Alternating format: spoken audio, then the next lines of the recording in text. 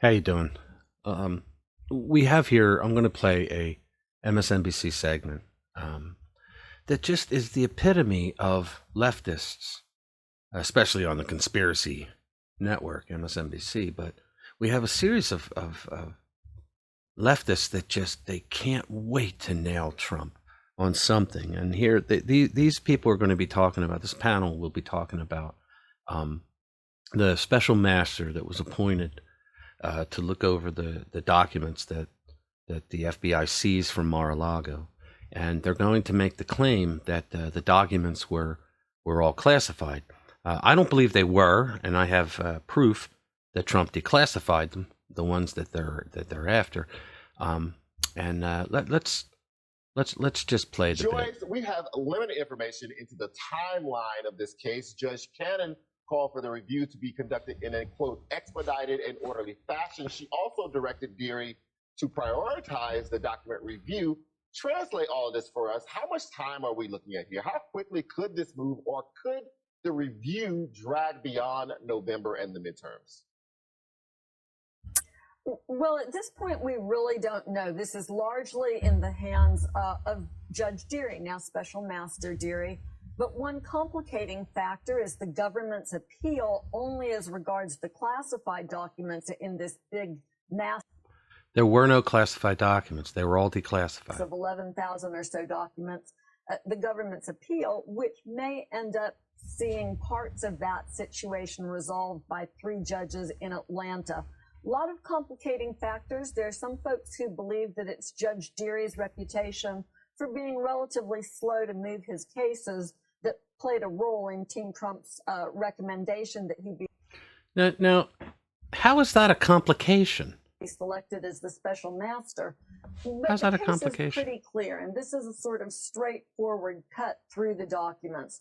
Trump has alleged attorney-client privilege, and since most of these documents clearly aren't, that should be pretty straightforward. Yeah, but some of them are, and why didn't you go in to talk about them? I mean, the FBI came in, they had a search warrant, they took attorney-client privilege documents. That's sacred under our due process system. You don't do that, especially to the former immediate president. By the same token, classified documents don't belong to the former president. And I beg to differ. I believe they do. They can. There were 2 cases. One was in 1988. It was called Department of the Navy versus Egan. And in that case, the court ruled that presidents have the ultimate authority to classify and declassify documents at will. The second case was in 2012, and it involved Bill Clinton. It was Judicial Watch versus the National Archives and Records Administration, and it was over some secret audio tapes that Bill Clinton took with him from the White House. He kept them in a sock drawer at his home. I think that's kind of funny, but Judicial Watch wanted to get those tapes, and the National Archives said, "Nah, we don't want to." They didn't say this, but it was because he's a Democrat. He's Bill Clinton. We're not going to help you out. So Judicial Watch sued to force them to get them.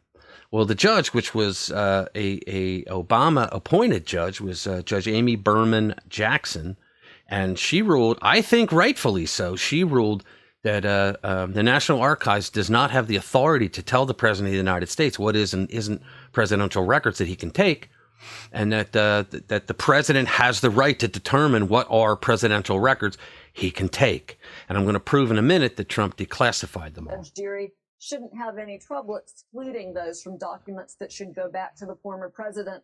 So he could be a little bit more expeditious here than some folks expect.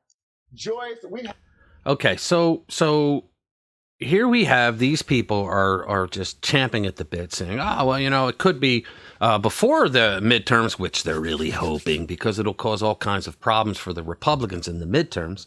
Talk about another set of interference of elections over Donald Trump. Okay, but the fact of the matter is that Trump did declassify them. And we're going to look right here. Donald Trump, if you notice the date on this, it says January 19th, 2021. That means that Trump was still president. He didn't leave office until January 20th.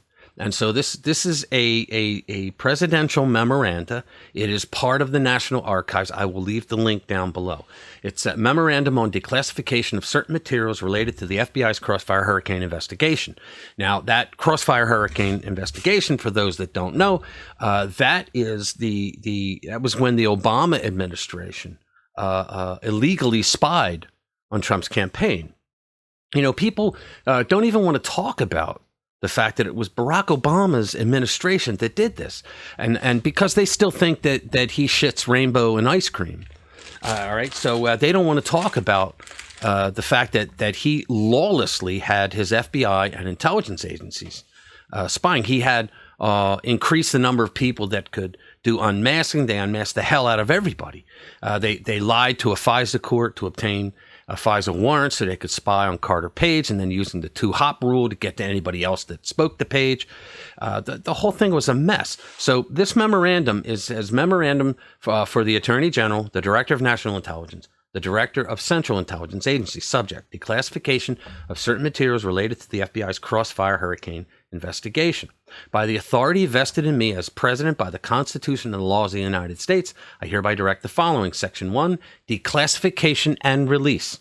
At my request on December 30, 2020, the Department of Justice provided the White House with a binder of materials related to the Federal Bureau of Investigation's Crossfire Hurricane investigation. Portions of the documents in the binder have remained classified and have not been released to the Congress or the public. I requested the documents so that a declassification review could be performed, and so I could determine to what extent materials in the binder should be released in unclassified form. I determined that the materials in that binder should be declassified to the maximum extent possible. In response, he just declassified them. In response, and as part of the iterative process of the declassification review, under a cover letter dated January 17, 2021, the Federal Bureau of Investigation noted its continuing objection to any further declassification of the materials in the binder because they don't want their shenanigans, their lawless behavior, their rogue behavior, criminal behavior to become public. Okay? And also on the basis of a review that included intelligence community equities, identified the passages, because they were involved too, passages that it believed it was most crucial to keep from public disclosure. I have determined to accept the redactions proposed for the continued classification by the FBI in that January 17 submission. So here is Trump. You can read the rest of it from the link that I'm going to leave. He actually declassified the documents for Crossfire Hurricane. Those are the documents they were looking for. Okay, the President of the United States has ultimate authority, according to the court, on classifying and declassifying, and a precedent case in 2012 over the Clinton tapes. No one has ever appealed it, so it's a precedent. Says that the president says he determines what are presidential documents. Okay, not the National Archives. All right, so I'm glad I cleared that up. All right, everybody, have a great night. See ya.